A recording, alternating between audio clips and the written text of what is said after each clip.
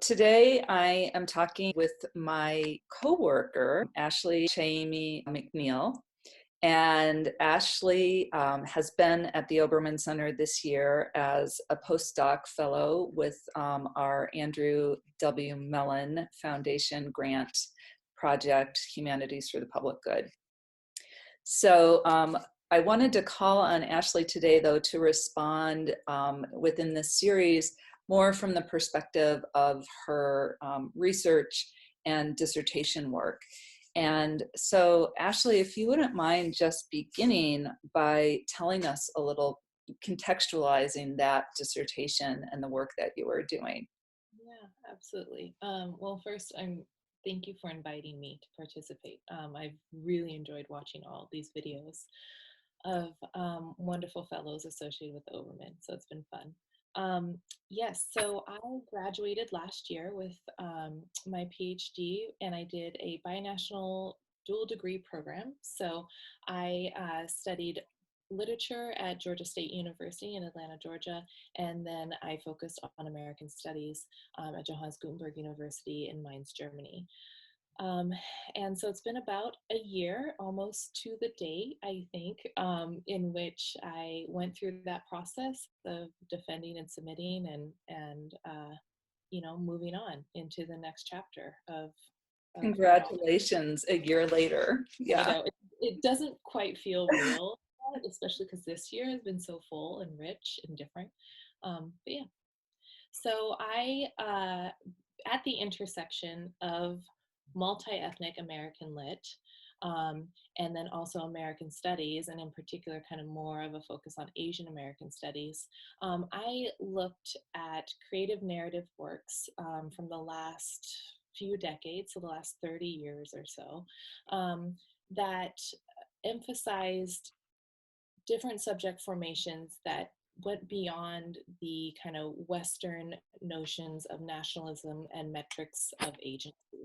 And so I was really interested to see what these narrative works and what a suite of narrative works could teach us about how minoritarian folks can perceive difference and their otherness, but as categories of agency and engage a subject formation process that kind of went beyond the settler agenda of what it means to be a fully formed subject or human with a capital H, right? Which is such a fraught term and has been used for mechanisms of exclusion in the past.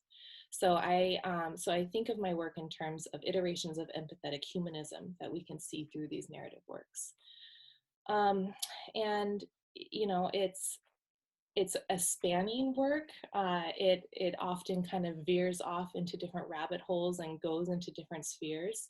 But primarily, I was able to kind of conceptualize three major iterations of what I think of as empathetic humanism.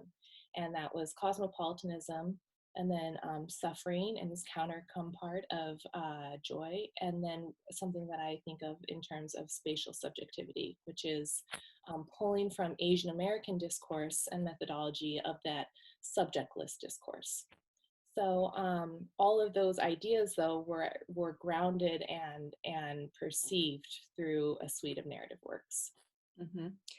And so I'm going to ask one question and then jump into kind of how how you're reflecting on the pandemic through those works. But just, I think, will help listeners to better understand what you were doing in this, because one of them was Obama's memoir. Yeah. And I think if you can give us the really mini version, that will probably help people understand how you were maybe using these works and your argument. Yeah. Since it's So so familiar. yeah, absolutely. And you cut out just a little bit in the last 2 seconds. So Okay. if I veer off or what, like, bring me back in line. So one chapter that that was at kind of the first half of my dissertation was that I did a comparative analysis between Barack Obama's Dreams of My Father, which was published, I want to say like 95, right? So mid 90s. And then I compared that autobiography with a memoir by Seiichi Higashide. And his memoir is titled Adios to Tears. And that was published in 1993. And both of those autobiographies look at, I think, globalization and what it means to be in transit in really novel ways. I took the lens of a sense of what scholars are calling rooted cosmopolitanism for both of these works. And so if we think of cosmopolitanism kind of in the old guard way of being like a quote unquote citizen of the world, right? And kind of being dictated through virtues of reason and progress. And if we understand that to be kind of like the 18th, 19th century model, I think that minoritarian scholars have recalibrated this theoretical understanding to be much more geared toward a responsibility to the other and how to share the world, right?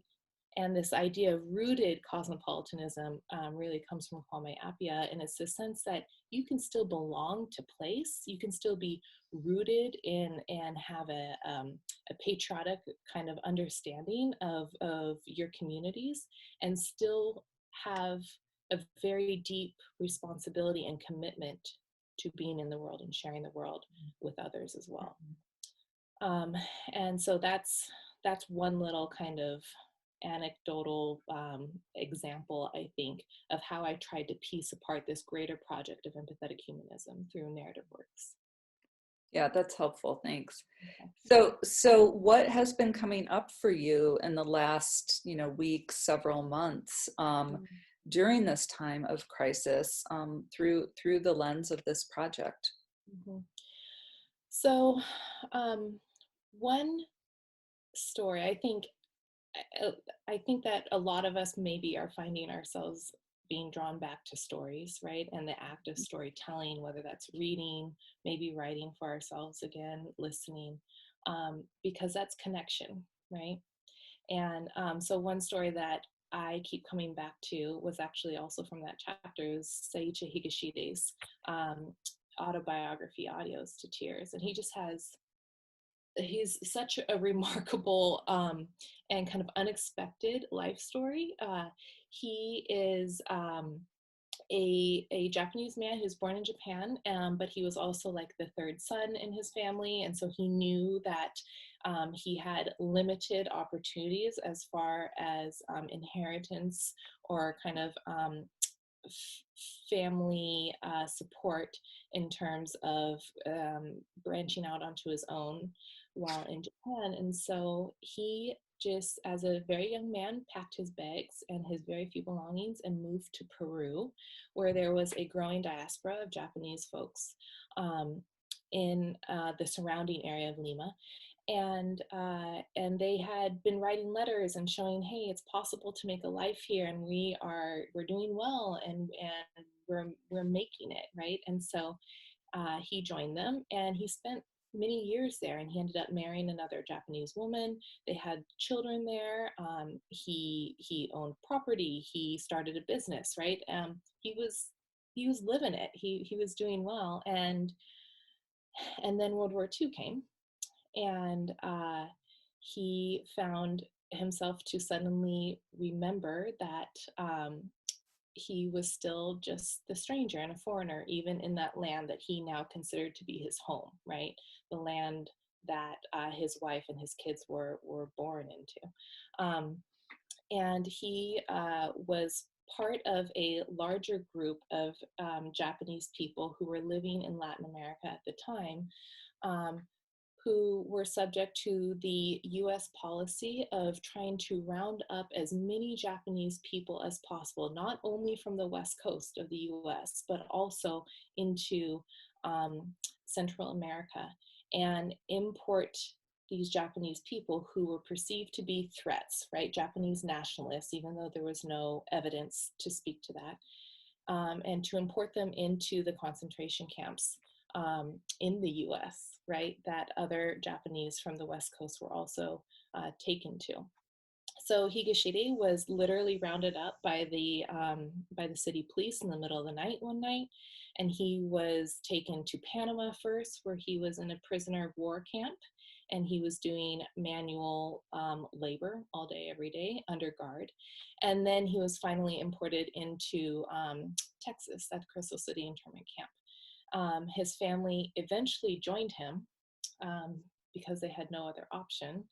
And then they were just in a really weird and sticky place come the end of the war, in the sense that they didn't have a home to return to. Japan didn't want them, Peru didn't want them, and the US said that because they didn't have a legal visa when they entered the US, i.e. when they were imported as prisoners into the US, that they were illegal aliens. So they were kind of stuck in a hard place. That's my dog growling. She doesn't like this story either.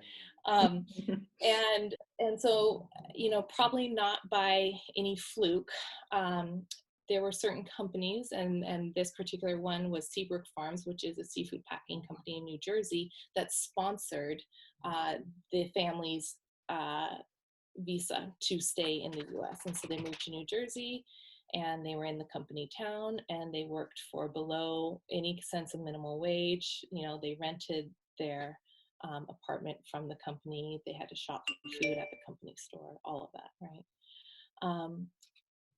By some stroke of tenacity and a little bit of luck, I think they made it out of the Seabrook Farms establishment in Jersey, and they moved to Chicago, where they lived in total abject poverty for many, many years, where they were very, very much aware that they didn't qualify to live in like the projects in the African American neighborhoods, and they also were not permitted to be in the white neighborhoods, right?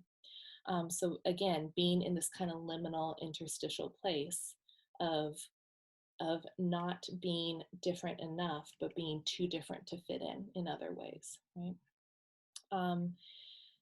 Eventually, Higashide and his wife retired to Hawaii, where he was able to, I think, find some healing, by all accounts in his memoir, and he was able to locate his being in the world in a very place-based sense, where he looks at the ocean and the beautiful green mountains that are surrounding him, and he understands himself to be part of a system and to be a product of three motherlands, as he calls it.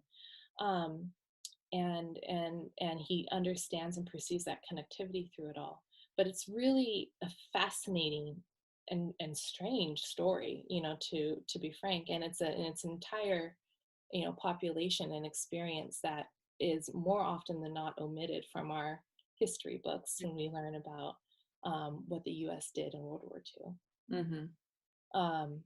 And I keep thinking about him, I keep thinking about Higashide and his family and how they navigated these kind of forced roads before them, right? Like he was imprisoned, he was forced into the US, right? They were forced to go to Jersey at Seabrook Farms, etc.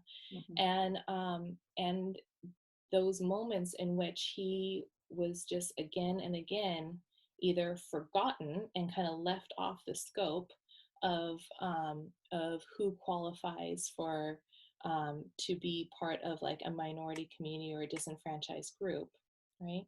But then also that invisibility was taken away from him time and again when it suited the needs of the dominant discourse to find somebody to blame or a scapegoat or a laborer.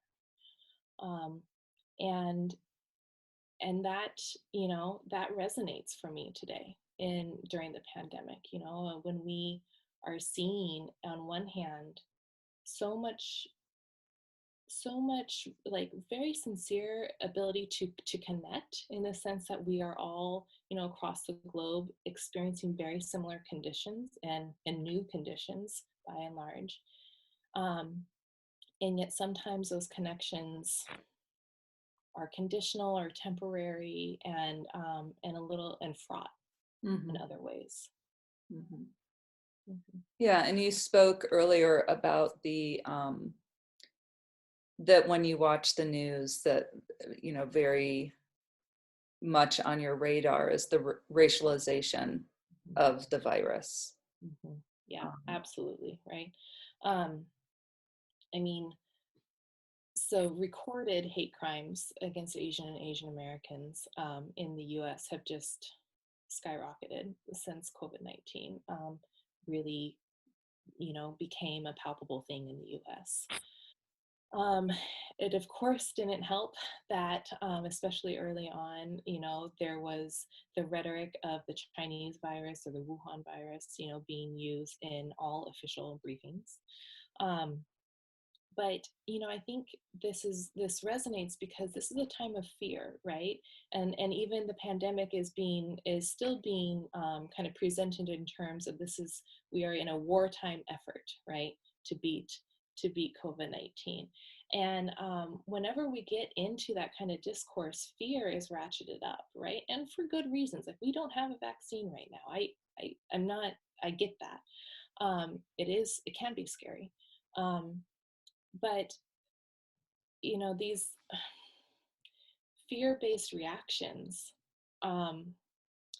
they have consequences too, right? They spread like wildfire, um, and the ways that many Asian and Asian Americans have been experiencing, the pandemic, are pretty different from what makes the mainstream news. And locating a disease and a virus in a race or to a nation or a certain sector of the world where obviously it cares nothing for boundaries and borders, is, it just seems foolhardy and of course unfair too, you know. And I think that race is such an easy thing to manipulate, right? In terms of who is to blame, and trying to find a holder of these fears, like to find kind of an image or representation, right, of these unknowns and these anxieties, and it's so easy to do that through the body, through a racialized form. Mm-hmm. And that happened again and again and again with Higa, of course, during his his migrations during World War II and on the heels of World War II. But it's also happening now as well. Yeah. Yeah, and we were, I mean, just briefly, but we were talking with his story about the similarities with the meatpacking plants, and then the forced movement to the seafood and the plant, and the kind of manipulation at some level of people. Yeah. I mean, absolutely. That manipulation and like the intentionality of it, right? Like, it is so precise and calculated, right? That of course, this group of people, these Japanese folks from who were rounded up from Central America and are now stuck in the US, of course they are being ostracized for not having visas, and lo and behold, we have these company kind of plantation systems, right, that just so happen to be able to sponsor these kinds of visas, right? This is not new, right? This is a pattern that has happened long before, like the laboring system and importing Asian laborers. Like this is the history of Asian America by and large, right? With the railroads and all of that expansion effort in the 19th century. But this is also the exact template that's used today, and we see that. Like, what was it yesterday? Trump just gave the executive order that the meat packing plants will have to stay open, for example, right? And what that means in terms of there's only certain kinds of folks that work at these factories and at these plants, right? And more often than not, it's people of color, right? Disenfranchised communities who don't have the same kind of resources that the communities that this administration likes to imagine as being the epitome of America does. Can you sort of in closing here talk about your work with the Pan Asian Council and the decision to write a response to to COVID-19 and what's Mhm. happening locally.